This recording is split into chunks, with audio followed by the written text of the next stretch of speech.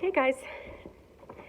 Um, Before I start reading, I just wanted to very quickly show you the YRCA books that are coming for next year. So I'm very excited. So, grade 4 to 6, the junior division, are these books. I won't read them out, but you can see. I know there's a couple that we've got that are popular. Wings of Fire, Positively Izzy. Okay, and then here's the one for 7 to 9, because eek, you guys are going to be in grade 7 next year. Crazy. Let's see, do we have any of these ones? Oh, City of Ghosts we have. I don't think we have any of the other ones yet, like in the library right now. But we will be getting these because we get the YRCA books every year. And I usually get 6 copies of each, and then get somebody from the Edmonton Public Library to come in and talk to you guys about that. But I don't know for grade 7s if we'll be able to make it work, because I always have a hard time scheduling and for the elementary. So don't know if I'll have time for junior high, but I'm going to try. Okay. A Night Divided, chapter 34, and I'll either read 2 or 3 chapters. Now, tomorrow is my last day for the start of summer. We still have this much, but I'm going to continue reading at home, okay, and then I'll still post the videos. Okay. So, she was in Anna's house to try to estimate the distance to be able to get, for them to tunnel under the death strip and come up into the west. So while she was looking, she saw that Anna's boots had mud on it, and it was the same mud that came from where they've been digging. So she knows that something's up with Anna possibly being a spy. My tears had dried by the time I told Fritz the story shortly afterward, which was a good thing because he wasn't showing much sympathy for whether I held on to a friend I was going to abandon soon anyway. His larger concern was for the dirt on Anna's boots. Are you sure the mud was on different boots than when she came to see us? Positive. The mud wasn't that old. Not over a day, I'd bet. You should have asked her about it. Asked her what exactly? I retorted. If she knows about the tunnel? If she's going to turn us into the Stasi? Because I didn't need to say a word. The answer to both questions is pretty obvious. Okay, calm down. Fritz and I were in the basement of our own apartment building. This was our new sanctuary since Frau Eberhardt patrolled the sidewalks, and since we weren't yet sure which was more dangerous inside our own apartment, the microphones or Mama. We have to assume that Anna knows, and that sooner or later she's going to tell someone.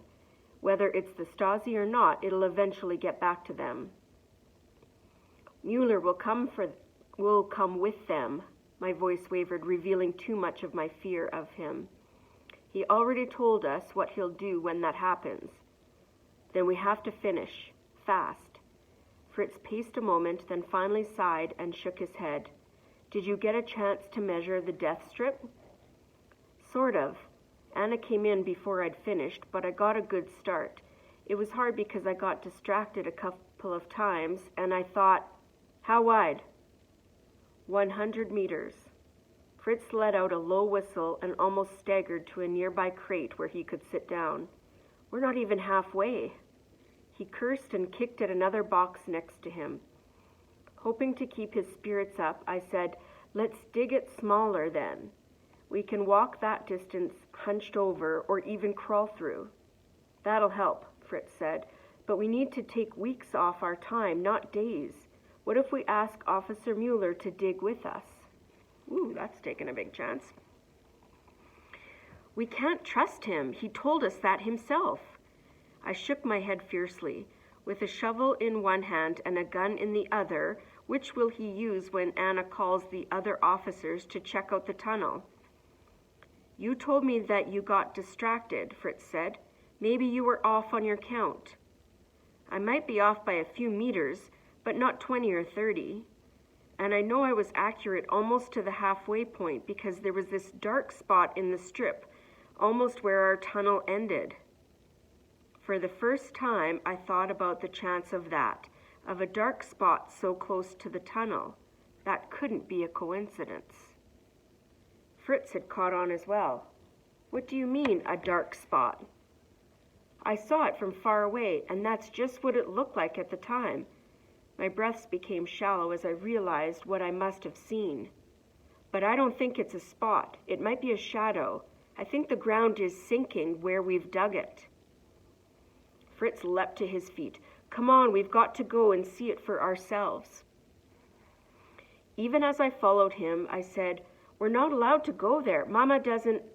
There's no time to explain. If the tunnel collapses while we're inside, or if the Grenzers notice the dark spot and come to investigate, I shuddered. Either way, we're dead. The only exception that I could see was if Mama figured out we had gone to the tunnel in defiance of her orders. Then we wouldn't have to worry about the Grenzers. She'd get to us first and do worse than the police ever could. Fritz and I hurried along the street, got to the block that emptied into the back lot for the Welcome Building, and then crept along the wall to get inside. I wished we could just peek through the wall from here, carve out a big hole enough to see if we had left our own X marks the spot for our secret beneath that ground. But we would have to content ourselves with entering the tunnel and looking for any sign that the ground was sinking. My biggest worry was that from within the tunnel, the collapse wouldn't be noticeable. If we couldn't find it, then we couldn't fix it. I scanned the roof of the tunnel. Instantly, everything became suspicious to me. Why was one area lower than elsewhere? Exposed rock jutted out overhead and to my left. Was it new? So far, everything looked how it had when we dug this section, Fritz assured me, but that didn't make me feel any better. We finally found the sunken area at the end of the tunnel, around where the pipe had been nicked. Endless liters of water had sprayed so powerfully here, we probably should have expected it to affect the ground's stability overhead. Okay, so yeah, you could see that if people are watching from watchtowers like the Grenzers, if they're looking down, or the Stasi, and they see that suddenly the ground looks different, they'll probably figure out really quickly that there's probably a tunnel being dug underneath, especially if there's a spot that dips down, because then they'll know that, yeah, I'm just reading for maybe 5 more minutes. Okay. Yeah. Right? Yeah, thanks. Sorry, Louisa. So if it dips down, then obviously they're going to see it from above and know that there's a tunnel being built there. Okay. We finally found the sunken... okay, wait. We'll be caught for sure, Fritz said. Maybe Officer Mueller can explain it away.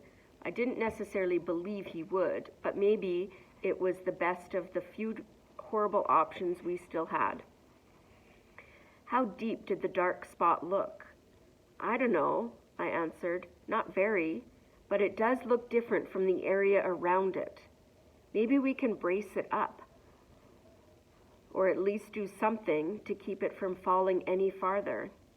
How? Fritz already had the answer. I'm a bricklayer. I build supports overhead. Maybe I can build supports overhead, maybe even raise some places if the ground is still soft enough. But the brick will be expensive and too suspicious to purchase. There's brick upstairs, I said. Maybe even a bag of mortar, too. Then I'll get started right away, Fritz said. Help me get it carried downstairs. I was already on my way. Chapter 35. Dinner time was coming soon, and Fritz and I were debating what to do. Mama would be expecting us for supper. If we didn't show up, her initial worries would turn to anger when she realized why we were late. On the other hand, her anger was inevitable now. The instant we came home, she would know we had disobeyed her, and even if we tried to explain why, neither of us was sure the reasons would matter to her. Nothing we'd already said mattered anyway. Besides that, we had spent the last several hours at a mad pace getting brick loaded into the tunnel, mortar mixed up, and finding tools and supports that we could use. To avoid having to build frames overhead, Fritz was mortaring together large sections of brick on the ground. He said it'd be several hours before they were dry enough that he could lift them into place, but we had plenty of work to do until then. "I'll go home and explain to Mama," I offered. It was the last thing in the world I wanted to do. I'd rather have faced an angry bear right now, but Mama needed to know where we were, and Fritz had to stay here and keep working. He looked down at me and nodded. "She's only doing what she thinks is right for us, Gerda. Try to remember that. One of her children is on the other side, and her husband." "Yes, and he would be the first to agree with her. Papa will be happy if we make it to the other side, but Mother is right. He would never want us taking this risk." Fritz reached out for another brick in his stack, and I handed it to him. "What do I tell Mama then?" Fritz sighed. "Tell her that we love her and that it'll break our hearts if she doesn't come with us. But you and I are going to finish this tunnel." It had never occurred to me that Mama might not come with us. Tears burned my eyes at the possibility. I couldn't be happy without her in the West any more than I could be happy in the East without my father. Somehow I had to make her come. Fritz dug away at the wall and inserted a brick deep into the dirt. That would hold up the wider stacks he'd already mortared. Fritz figured they would brace the dirt until we were able to finish the tunnel. My thoughts drifted back to Anna. How long had she known our secret? And how much longer until she finally decided to tell? Time was running out for us. I could feel it, probably the same way my father had felt it days before the wall went up. "This might help support the dirt," Fritz said as he examined the sunken area again. "But I don't see how we can lift it so it doesn't get worse. That dark patch on the death strip is going to remain there. If they run a patrol through there, they'll figure out what caused it." "You can slide wood planks above the bricks to lift it," someone behind us said. Startled, both Fritz and I turned. It was my mother's voice, firm and commanding. I couldn't quite read the expression on her face. It wasn't anger or fear or even disappointment. Thank goodness for that, because I could withstand my mother's anger and knew how to calm her fears. But the times in my life when I had disappointed her still felt like unhealed wounds. Now Mama held a flashlight aimed toward the ceiling. Over her arm was a sack filled with food. My recent days of hunger had fine-tuned my sense of smell, and I always knew now when food was nearby. I stared at her, completely unsure of what to do next. I hated to disobey her, but I would if I had to. Nothing was more important than keeping this tunnel from caving in. Oh my gosh, Mama is there. Mama seemed almost rigid, making every effort not to touch the walls or look up at the dirt ceiling. "I didn't bring you much to eat because we don't have much." Her voice was as near to stone as her body. "And I thought it would be all right once I started back to work today, but when I got there, they demoted me." "Because of us?" I asked. Mama sniffed and shook her head. "While I was with Oma Gertrude, they started looking into some letters I'd written to your father years ago. They said it was evidence that I was still divided in my loyalties. I told them that he was my husband, and of course I was loyal to him. They offered to help me divorce him, but I won't do that. So I was given a much lower job as a consequence. What they'll pay me now won't begin to cover our rent or our food or anything else."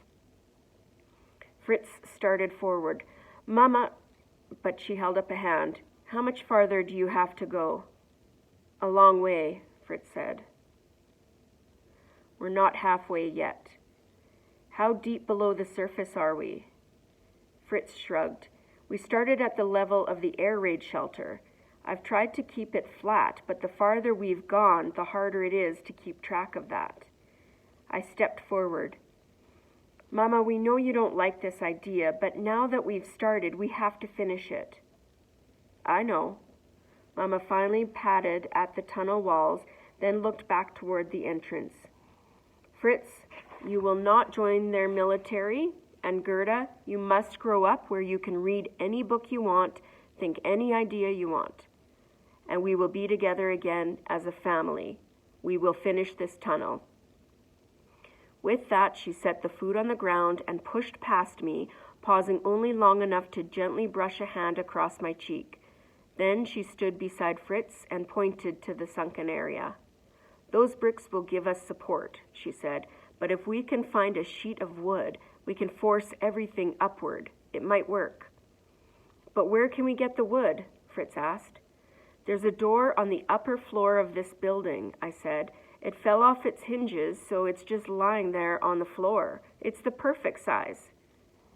How do you know about that? Fritz asked. We only went up to the main floor for the brick. On one of the trips I checked upstairs to see if there was more, I said, but I hurried back down because most of the roof is exposed to the sky. Oh, I saw a little bit of movement over there.